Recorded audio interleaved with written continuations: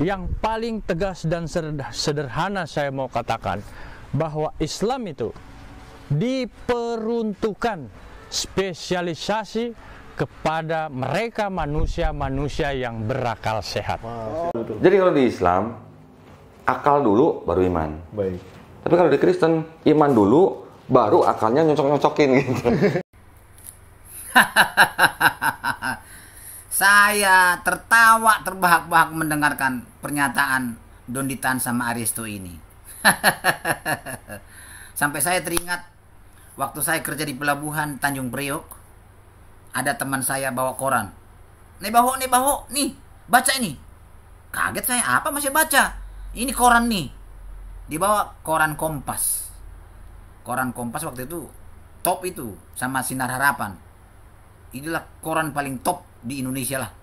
Itu koran paling mahal dan koran paling diakui lah. Emang benar, Neil Armstrong pindah agama karena mendengar azan di bulan. Makanya kata teman saya ini, kamu kan bukan sepintar Neil Armstrong. Armstrong itu pintar, itu udah ke bulan, berarti orang pintar. Ikutin orang pintar, jangan ikutin orang bodoh. Saya nggak bisa bilang apa-apa memang. Dia lebih pintar, memang Armstrong lebih pintar daripada saya. Tapi apa jawab saya? Saya itu, ya, bukan pengikut manusia. Saya itu pengikut Yesus. Oh, kamu itu katanya. Jadi, itulah jawaban saya. Saya tidak bisa bantah memang. Ya namanya koran, diakui, benar-benar diakui ini, sah ini. Jadi, ya saya diam aja lah. Mau diapain? Nggak bisa saya jawab, nggak bisa saya bantah. Memang koran. Nggak tahu berapa lama, 2 bulan, 3 bulan. Ada di TV. Berita tentang Neil Armstrong masuk Islam, bohong. Itu di TV, TVRI lagi malah. Entah, TV apa tuh? Apa? Dulu belum ada, Metro TV belum ada. TV apa tuh ya, lupa. Ya di TV lah saya dengar. Nggak ada. Jadi seluruh dunia sudah gencar percaya bahwa Armstrong itu masuk Islam. Ternyata tidak. Saya nggak tahu apakah si Google masih ingat itu. Coba kita buka Google dulu ya. Mana tahu si Google masih ingat Neil Armstrong itu, peristiwa itu. Oh, masih ada ini. Di detik news ya. Mitos soal Neil Armstrong dengan azan di bulan hingga pindah agama. Ini tulisannya kecil. Saya coba dulu kopikan ke Word ya, biar kita baca bersama-sama. Oke, saya kopikan ke Word. Ini. Sudah di sini. Oke, kita baca. Ini saya copy dari Detikcom ini ya. Saya copy dari Detikcom. Mitos soal Neil Armstrong. Dengar azan di bulan hingga pindah agama. Ternyata isu itu bukan hanya tersebar di Indonesia, melainkan sudah menjadi semacam mitos di mana-mana. Media massa Amerika Serikat, CBS News bahkan menempatkan isu pindah agama itu sebagai mitos nomor 10 tentang Neil Armstrong.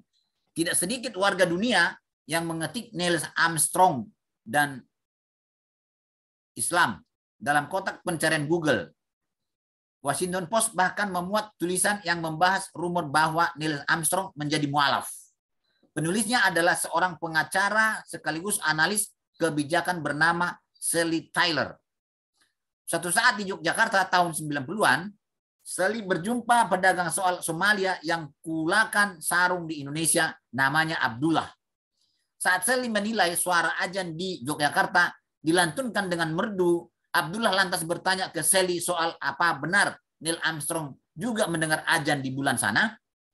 Mitos itu tersebar saat era pra-Android, pra-media sosial, di saat kebanyakan orang tak tahu bagaimana cara mengeja hoax dengan benar. Jadi belum ada Android itu, jadi orang tidak tahu mana hoax, tidak bisa beda-bedakan hoax mana yang benar. Ternyata isu pindah agama itu sempat bikin pemerintah Amerika Serikat bereaksi. Ya. Semua sudah dijelaskan dalam buku biografi karya James R. Hansen berjudul First Man, The Life of Neil Armstrong. Pada halaman 785 dijelaskan, rumor Neil Armstrong masuk Islam sudah demikian menancap kuat. Cerita-cerita ini terus diulang di seluruh dunia muslim, bahwa saat Armstrong ada dan Aldrin Edwin Buzz Aldrin berjalan di bulan, mereka mendengar suara nyanyian dalam bahasa yang aneh yang mereka tidak mengerti. Kemudian setelah mereka kembali ke bumi, Armstrong menyadari bahwa yang mereka dengar di permukaan bulan itu adalah azan, panggilan salat untuk umat muslim, tulis Hansen dalam bukunya itu. Rumor itu menyebut Armstrong kemudian pindah ke Lebanon dan mengunjungi tempat-tempat suci Islam, termasuk masjid di Turki yang pernah dikunjungi Malcolm X, tokoh muslim Amerika Serikat, untuk salat. Ini kayaknya seperti yang dikatakan Don Ditan, ada katanya ahli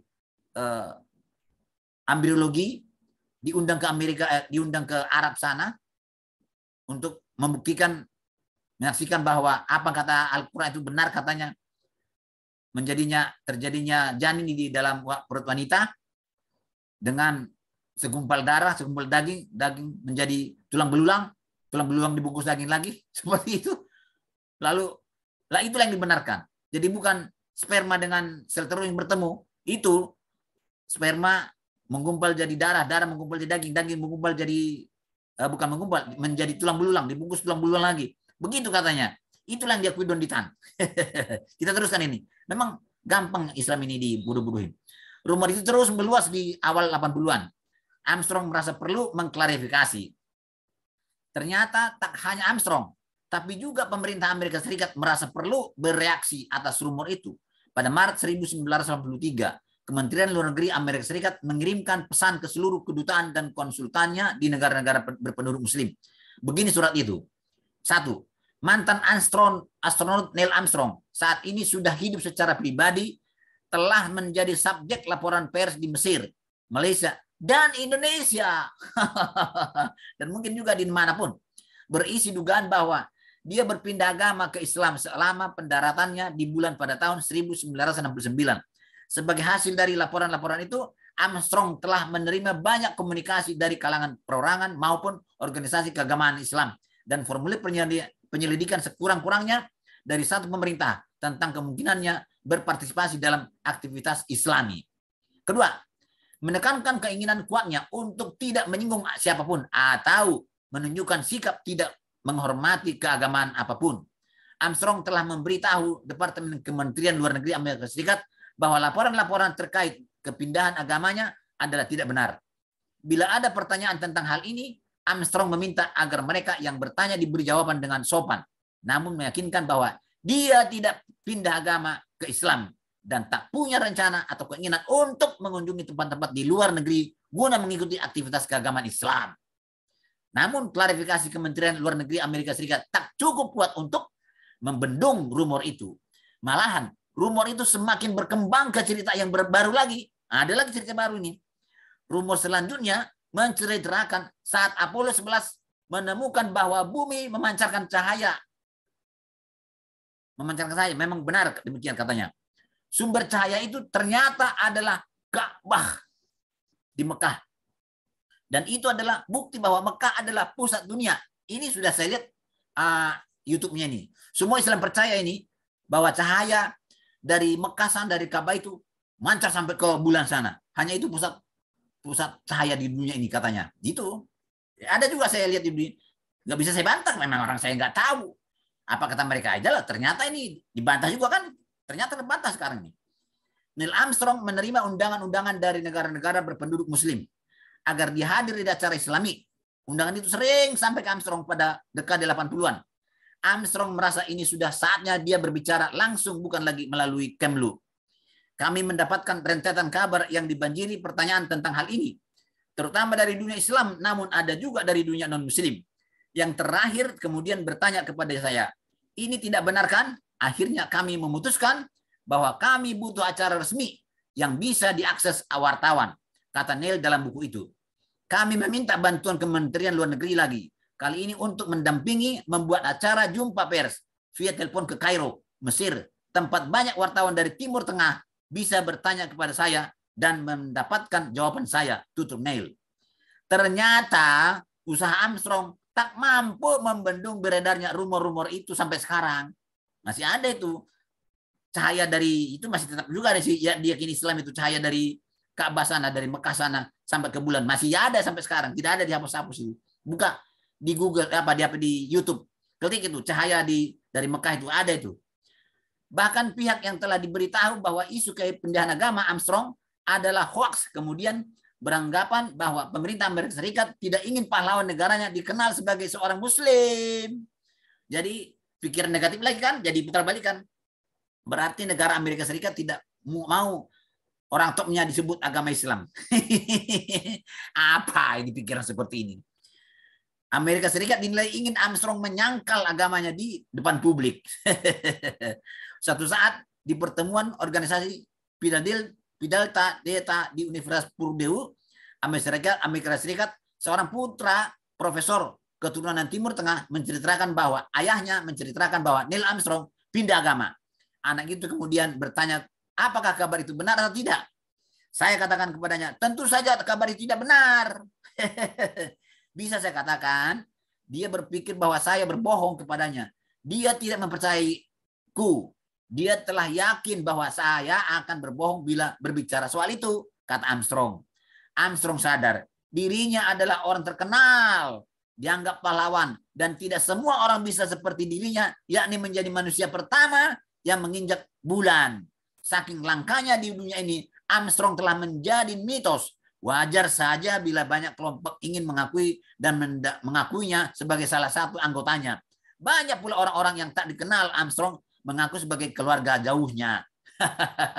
Itulah kira-kira cara berpikirnya teman-teman Islam ini. Lagi juga saya masih teringat dengan si Ponari, dukun cilik Ponari. Ini pun hebat ceritanya. Coba kita lihat dulu si Google. Masih ada nggak si Ponari ini? Diingat sama si Google ini. Oh, masih ada. Ingat Ponari, si dukun cilik yang viral 10 tahun lalu? Sempat kaya mendadak, kini jatuh miskin lagi. Ini nggak usah kita bacakan ya. Saya ceritakan aja. Karena ini jelas saya ingat ini. Begini ceritanya. Ini si Ponari ini waktu masih kecil. Ini sudah gede dia ini. Si Ponari ini katanya main-main di luar halaman rumahnya. Tuh ada petir. Di petir ini ada batu segenggam begini. Jatuh ke tanah. Diambil si Ponari, dibawa ke rumah sama neneknya atau kakeknya. Kebetulan tetangganya sakit. Dicelupkan batu ini ke gelas air putih, diminumkan kepada yang sakit ini, tetangganya ini. Sembuh. Inilah yang disiarkan sama si kakek atau si neneknya ini, si kakeknya ini. Sampai kemana-mana, viral ini. Belum ada YouTube, waktu belum ada, viral. Ribuan orang datang. Sampai terinjak-injak, ada orang mati. Saking antrinya, banyak orang mati. Ada matilah. Sampai pemerintah mengatur jaraknya ya, mengatur antrian itu. Saking susahnya cari menemui si Ponari ini, air comberan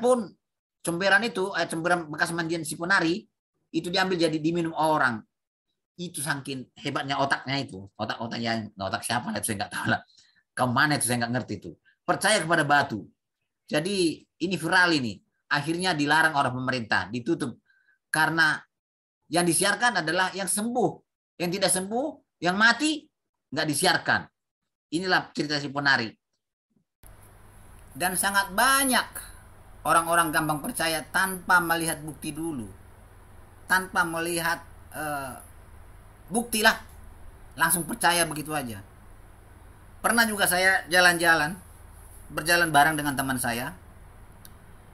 Tahu-tahu dia tunduk, ambil kertas dari jalan ini. Saya tanya, langsung dicium begini. Loh, kenapa kamu cium itu? Ini ada tulisan suci. Ternyata di situ ada tulisan Arab. Padahal itu bungkus pakpung oil, minyak kayu minyak angin, pakpung oil namanya. Itu kan buatan Cina, pakpung oil. Di situ ada tulisan Arab, tulisan India, tulisan Cina, tulisan Latin, ada di situ. Karena ada tulisan Arab, dia bilang ini tulisan suci. Dicium gitu. Lalu sampai di sana di rumahnya dibakar. dibakar dengan kertas, taruh ke air putih, diminum sedikit, taruh ke sumurnya. Itulah saking yakinnya itu tulisan Arab itu adalah tulisan suci.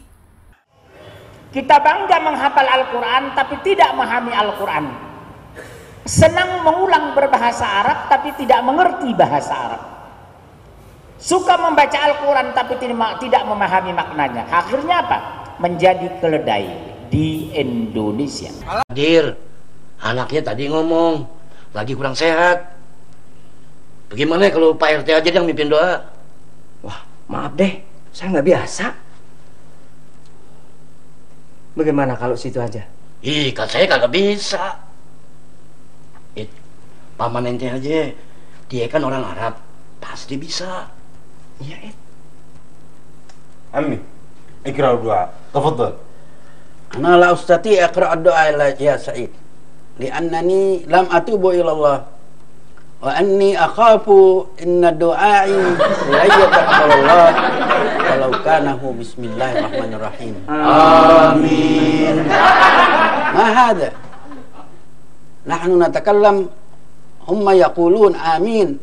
Astaghfirullahal azim. Amin. كيف الحال هذا؟ ما شاء الله. آمين. أنتم كلكم جاهلون لا تفهمون العربية. نحن نتكلم وأنتم تقولون آمين. آمين آمين آمين يا رب العالمين. Masuk ke dalam Islam itu butuh satu syarat. Syaratnya syarat yang sebenarnya semua orang bisa melakukan. Syaratnya itu cuma menggunakan akal gitu. Jadi cerita tentang sorga, neraka, siksa kubur dan sebagainya itu kan masuk dalam cerita sehari-hari melalui pendidikan keagamaan ini. Kita semua tidak pernah melihat orang disiksa di kubur, kalau kita belum pernah masuk kuburan. Sehingga pernah ada, kapan ya pernah cerita tentang siksa kubur tuh.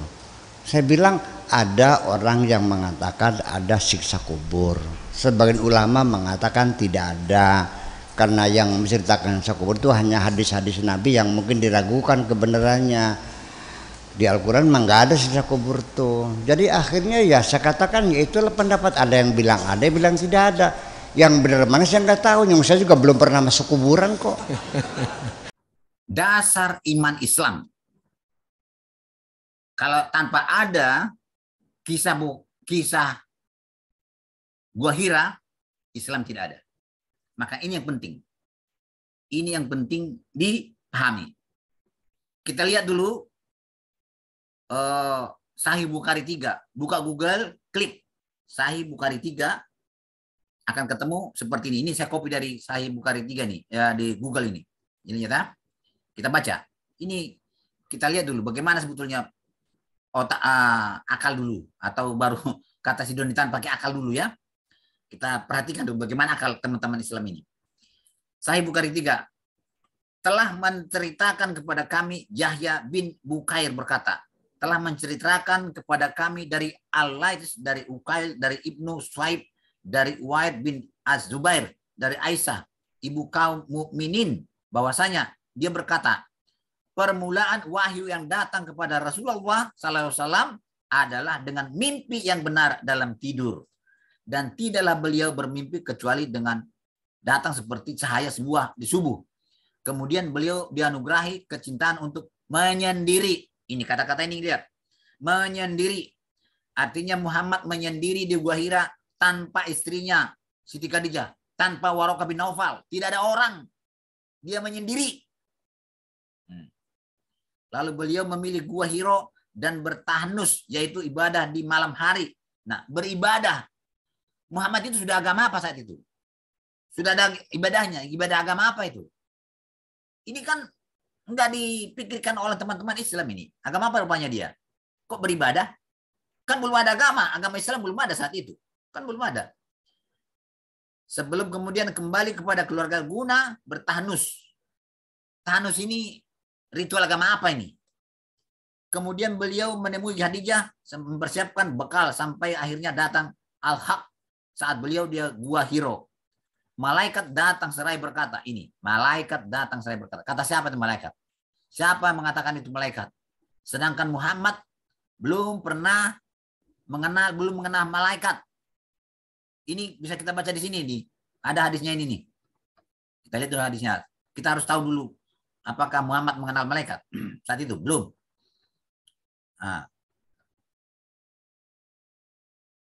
Ini kita baca Musnad Ahmad 2812. Ini sahih. Ini hadis sahih, bukan tidak sahih ini ya.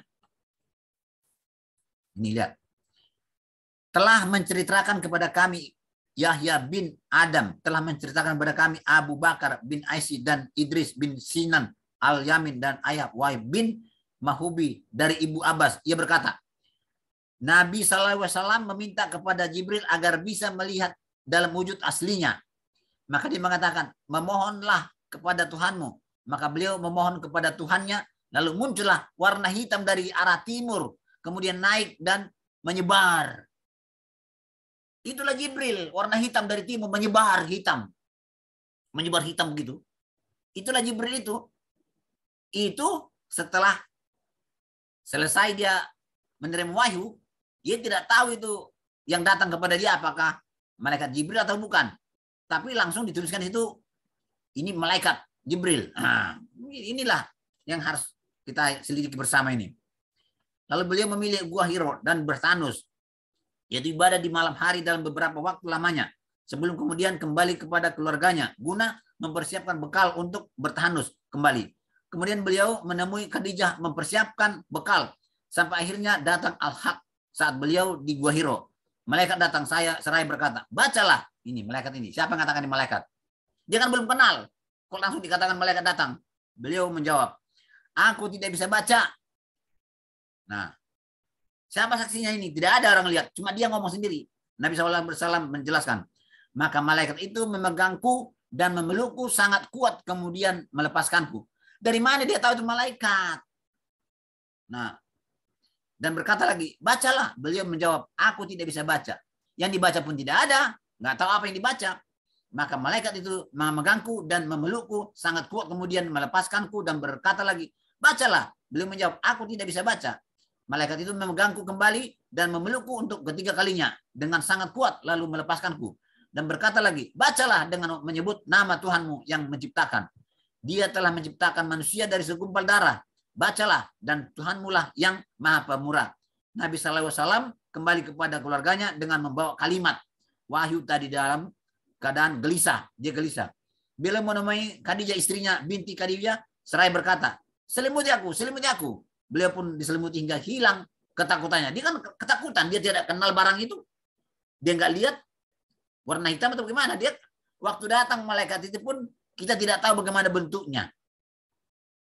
Nah, tadi katanya hitam menyebar dari timur ke barat, nggak tahu bagaimana bentuknya tuh. Lalu beliau menceritakan peristiwa yang terjadi kepada Khadijah. Aku mengkhawatirkan diriku, kata Muhammad kepada Khadijah. Maka Khadijah berkata, demi Allah. Nah, si Khadijah sudah tahu Allah. Agama apa nih si Khadijah ini rupanya? Sudah Islam. Yang tahu namanya Allah itu ya agama Islam. Allah tidak akan mencelakakanmu selamanya. Dari mana dia tahu itu? Asal ngomong aja. Apakah dia nabi? Istrinya ini. Kok bisa ngomong begitu? Karena engkau adalah orang yang menyambung silaturahmi. Jadi cerita begini yang diterima teman-teman Islam. Enggak langsung dikupas dalam pikirannya. Dari mana Khadijah tahu itu bahwa Allah tidak akan mencelakakan si Muhammad? Khadijah kemudian mengajaknya beliau untuk bertemu dengan Waraqah bin Naufal bin Asal bin Abjad, putra paman Khadijah yang beragama Nasrani. Nah, ini beragama Nasrani.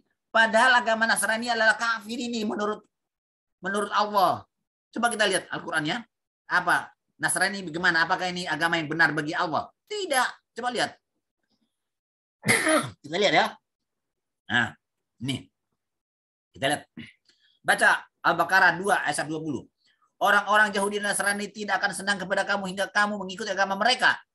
Artinya agama Nasrani tidak benar, tidak boleh diikuti. Katakanlah, sungguhnya petunjuk Allah itulah petunjuk yang benar. Dan sesungguhnya jika kamu mengikuti kemauan mereka setelah pengetahuan datang kepadamu, maka Allah tidak lagi menjadi pelindung dan penolong bagimu. Jadi agama Nasrani itu bukan agama yang benar bagi Allah. Kenapa mereka pergi ke orang Nasrani yang tidak tahu apa-apa itu? Nah, Al-Maidah ayat 51. Hai orang-orang beriman, janganlah kamu mengambil orang-orang Yahudi dan Nasrani menjadi pemimpin-pemimpinmu. Sebahagian mereka adalah pemimpin bagi sebagian yang lain. Barang siapa di antara kamu mengambil mereka menjadi pemimpin, maka sesungguhnya orang itu termasuk golongan mereka. Sesungguhnya Allah tidak memberi petunjuk kepada orang-orang yang zalim. Berarti si Muhammad dengan Khadijah itu sudah zalim mendatangi si Waraqah yang beragama Nasrani. Kan tidak boleh didatangin itu. Kenapa datang ke sana si Waraqah bin Nawfal ini? Mendatangi Waraqah bin Nawfal. Aduh, salah semua ini. At-Taubah 30. Orang Yahudi berkata, Uzair putra Allah. Dan orang-orang Nasrani berkata, Al-Masih itu putra Allah. Demikianlah itu ucapan mereka dengan mulut mereka. Mereka meniru perkataan orang-orang kafir yang terdahulu. Dilaknati Allah mereka. Bagaimana mereka sampai berpaling. Orang Nasrani itu dilaknati Allah. Aduh, termasuk Waraqah bin Nawfal. Tuh, bagaimana itu? Kenapa mereka datang kepada orang-orang yang mau dilaknati Allah? Nah, jadi yang beragama Nasrani di masa jahiliyah, dia juga menulis buku dalam bahasa Ibrani, dan menulis kitab Injil dalam bahasa Ibrani dengan izin Allah. Saat itu Waraqah sudah tua dan matanya buta. Khadijah berkata, "Hai putra pamanku, dengarkanlah apa yang akan disampaikan oleh putra saudaramu ini." Waraqah berkata, "Wahai putra saudaraku, apa yang sudah kamu alami?" Maka Rasulullah SAW menuturkan peristiwa yang dialaminya. Waraqah berkata, "Ini adalah namus." Apa kuasanya Waraqah berkata seperti itu? Sementara dia adalah agama yang tidak benar, yang tidak diterima oleh Allah, agama Nasrani. Kok dia bisa mampu mengatakan seperti ini? Ini adalah namus seperti yang pernah Allah turunkan kepada Musa. Masa orang kafir ngomong seperti itu? Agama yang tidak benar ngomong seperti ini. Kok dipercaya? Kita bahas bersama. Waraqah bin Nawfal adalah agama tidak benar. Tidak melihat dan menyaksikan Gua Hira. Kok bisa dia tahu itu namus? Si istrinya juga nggak tahu agama apa, kok bisa ngomong seperti itu? Kamu tidak akan mungkin dicelakakan Allah. Kok dari mana dia tahu itu? Sementara yang ketakutan adalah Muhammad. Apakah benar apa tidak yang datang kepada dia itu? Dia tidak kenal. Apakah datang warna hitam ke Gua Hira itu? Hitam yang datang. Warna apa yang datang itu ke Gua Hira? Warna hitam. Dia kan tidak kenal. Itulah masalahnya sekarang kita lihat. Semua Islam percaya kepada berita tanpa bukti ini. Tidak ada menyaksikan. Bagaimana tuh Donitan? Donitan, kamu percaya kepada yang tidak ada saksi, tidak ada bukti. Kamu bilang tadi otak dulu apa? Akal dulu baru iman. Benar kalau ini Islam yang benar. Kita hitung sekarang aja. Penduduk dunia sekarang ini sekitar 8 miliar. Umat Islam itu hanya 1,5 miliar, minoritas umat Islam. 1,5 miliar itu dibagi 73 golongan. 72 masuk neraka semua. Yang masuk cuma satu golongan, yaitu ahli sunnah wal jamaah. Dan ahli sunnah wal jamaah nanti dibagi lagi. Ada Muhammadiyah, ada NU, ada segala macam. Nanti yang masuk mana nih? Nggak masuk akal cerita begitu tuh. Jadi kalau di Islam, akal dulu baru iman. Baik. Tapi kalau di Kristen, iman dulu baru akalnya nyocok-nyocokin gitu. Jadi untung saja ada Imam Bukhari katanya kan gitu, hadis. Imam Bukhari itu pernah mengecek, meneliti, mengurai, menganalisa, ya, mengklarifikasi dari teksnya, dari rawinya, sanadnya. Ini kata Anfulan, dicek orangnya, coba jujur nggak orangnya? Ya ternyata bohong, coret kan gitu. Semua kan gitu. Itu sampai akhirnya setelah diseleksi yang lolos hanya 14.000 Sahih Bukhari itu. 600.000 hadis diseleksi secara cermat, kejujuran perawinya dan semuanya itu dalam 16 tahun. Yuk kita ngitung. 16 tahun. Hadisnya 600.000. Sob, mana kalkulatornya? 600.000 dibagi 16 tahun. Berapa setahunnya? Sok hitung-hitungan dulu. Berpaham. Bagi 16 tahun. Berapa setahunnya tuh? 600.000 dibagi. Wis gampang, masih kenceng gak kita? 37.500. Nggak hafal kita Bapak. Iya boleh? Iya. Nah, dibagi 12 bulan.